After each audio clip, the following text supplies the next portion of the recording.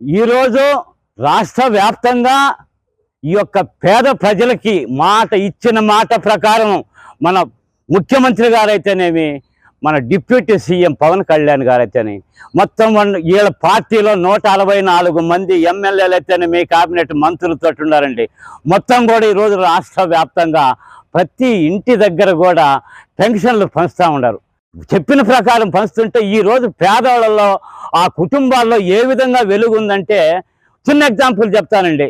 మనకు సిటీస్లో 4 రోడ్ల జంక్షన్ ఉంటుంది.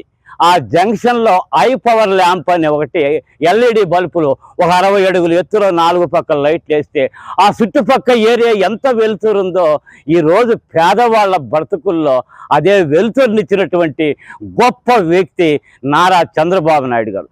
ఈరోజు సంపదని సృష్టించి చెప్పిన మాటకి కట్టుబడి గతంలో లాగా కాకుండా మడం తిప్పటము, మాట తప్పటం కాకుండా చెప్పిన మాట కంటే ఎక్కువగా ఈరోజు పేద ప్రజలకి పంపిణీ చేస్తున్నాడంటే అదండి ఆయన విజను.